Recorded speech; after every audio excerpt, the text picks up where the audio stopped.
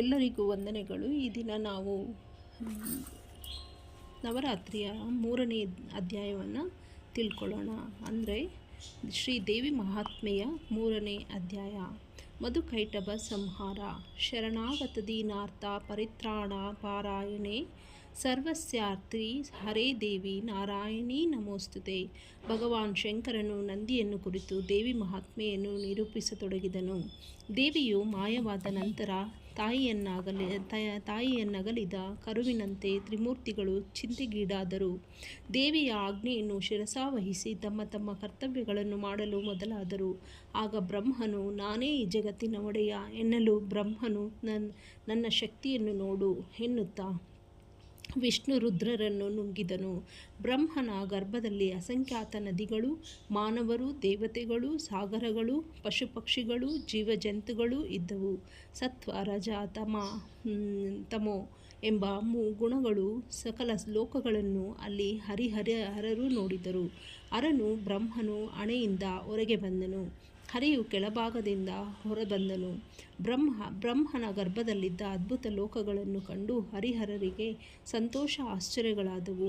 ಆಗ ಶಿವನು, ಹೇ ಬ್ರಹ್ಮನೇ, ನೀನು ವಿಷ್ಣುವಿನ ಗರ್ಭವನ್ನು ಹೊಕ್ಕು ನೋಡಿದರಾಯಿತು ಎಂದನು.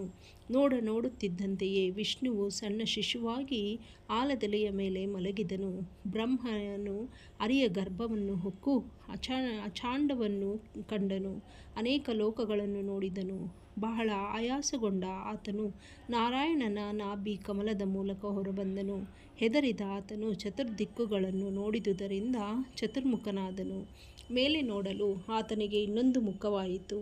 ಇದನ್ನೇ ಶಿವನು ತನ್ನ ಭಿಕ್ಷಾ ಕಪಾಲವನ್ನಾಗಿ ಮುಂದೆ ಮಾಡಿಕೊಂಡನು. ಬ್ರಹ್ಮದೇವನ 4 ಮುಖಗಳಿಂದ ಋಗಾದಿ 4 ವೇದಗಳು ಹೊರಟವು. ಆಗ ನಾರಾಯಣನ ಕಿವಿಯಿಂದ ಮಧುಕೈಟಭರೆಂಬ ರಾಕ್ಷಸರು ಖಡ್ಗ, ಗದೆ, ಶೂಲ, ಧನುರ್ಬಾಣಗಳನ್ನು ಹಿಡಿದು ಬ್ರಹ್ಮನನ್ನು ಕೊಲ್ಲಲು ಬಂದನು. ಆಗ ಬ್ರಹ್ಮನು ದೈತ್ಯರನ್ನು ಸಂಹರಿಸಲು ತನ್ನಿಂದ ಸಾಧ್ಯವಿಲ್ಲ ಎಂದು ತಿಳಿದು ನಾರಾಯಣನೊಬ್ಬನೇ ಇದಕ್ಕೆ ಶಕ್ತನು ಎಂದು ತೀರ್ಮಾನಿಸಿದನು. ಇದಕ್ಕಾಗಿ ಯೋಗಮಾಯೆಯಾದ ದೇವಿಯನ್ನು ಹೀಗೆ ಪ್ರಾರ್ಥಿಸಿದನು.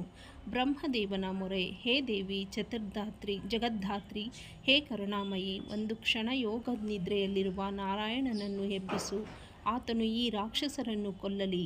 ಜ್ವಾಲಾಮುಖಿ, ಪ್ರಾಣಶಕ್ತಿ, ಪರಮಾತ್ಮ ರೂಪಳೆ, ವಿಷ್ಣು ಮಾಯೆ, ಆತನಿಗೆ ಸ್ಫೂರ್ತಿದಾಯಕಳೆ, ಸರ್ವರನ್ನು ಸಲಹುವ ಮಹಾದೇವಿ, ವಿಷ್ಣುವನ್ನು ಕೃಪೆ ಮಾಡಿ ರಾಕ್ಷಸ ಸಂಹಾರಕ್ಕಾಗಿ ಎಬ್ಬಿಸು ಎಂದು ಬ್ರಹ್ಮದೇವನು ಜಗದಂಬೆಯನ್ನು ಪ್ರಾರ್ಥಿಸಿದನು.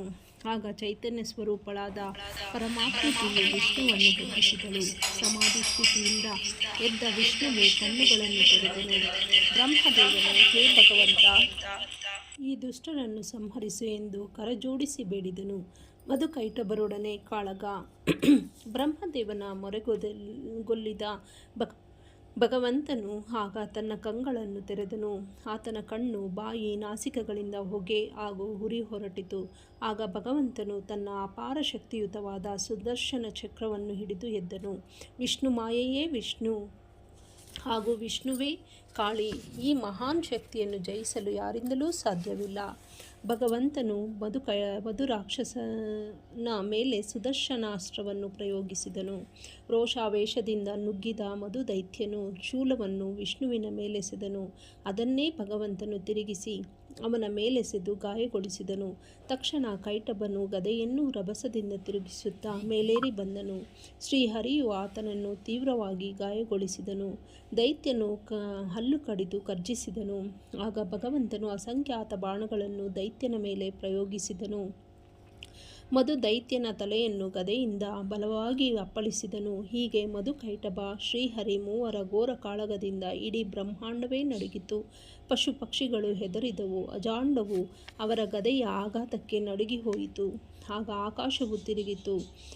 ಬಿರುಗಾಳಿ ಬಲವಾಗಿ ಬೀಸಿತು. ಪರಸ್ಪರ ಮೋಡಗಳು ತಾಗಿ ಕಿಡಿಗಳೆದ್ದವು. ದೈತ್ಯರು ಇದಕ್ಕೆ ಪ್ರತಿಯಾಗಿ ಜಲಪ್ರಯೋಗ ಮಾಡಿದರು. ಭಗವಾನ್ ನಾರಾಯಣನೇ ಬೆಂಕಿಯನ್ನು ಸೃಷ್ಟಿಸಿ ಅದನ್ನು ಅಣಗಿಸಿದನು. ಈ ಬಗೆಯ ಗದಾಯುದ್ಧವು ಸಹಸ್ರ ವರ್ಷಗಳಷ್ಟೇ ಮುಂದುವರಿಯಿತು. ಆಗ ಕತ್ತಿಗಳಿಂದ ಹೋರಾಟ ಮೊದಲಾಯಿತು. ಮೂವರ ಖಡ್ಗದ ಆಘಾತದಿಂದ ಕೆಂಪು ಜ್ವಾಲೆ ಹೊರಟಿತು. ರಕ್ತದ ಪ್ರವಾಹ ಹರಿಯಿತು. ಹೀಗೆ 5000 ವರ್ಷ ಹೋರಾಟ ನಡೆದು ಹೋದರೂ ಮಧುಕೈಟಭರು ನಾಶವಾಗಲಿಲ್ಲ. ಏನು ಮಾಡಿದರೂ ಅವರು ಸಾಯಲಿಲ್ಲ. ಆಗ ಪರಮಾತ್ಮನಾದ ಭಗವಾನ್ ನಾರಾಯಣನು ಆ ದೈತ್ಯರನ್ನು ನೋಡಿ, ರಕ್ಕಸರೇ, ನಿಮಗೆ ಯುದ್ಧದಿಂದ ಬಹಳ ಆಯಾಸವಾಗಿರಬೇಕು. ಇರಲಿ, ನಿಮಗೇನು ಹೊರಬೇಕೋ ಬೇಡಿರಿ ಎಂದನು.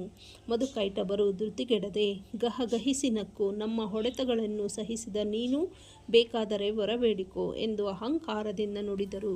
ಆಗ ಶ್ರೀಮನ್ನಾರಾಯಣನು ದೃಷ್ಟಿಯುದ್ಧವನ್ನಾರಂಭಿಸಿದನು.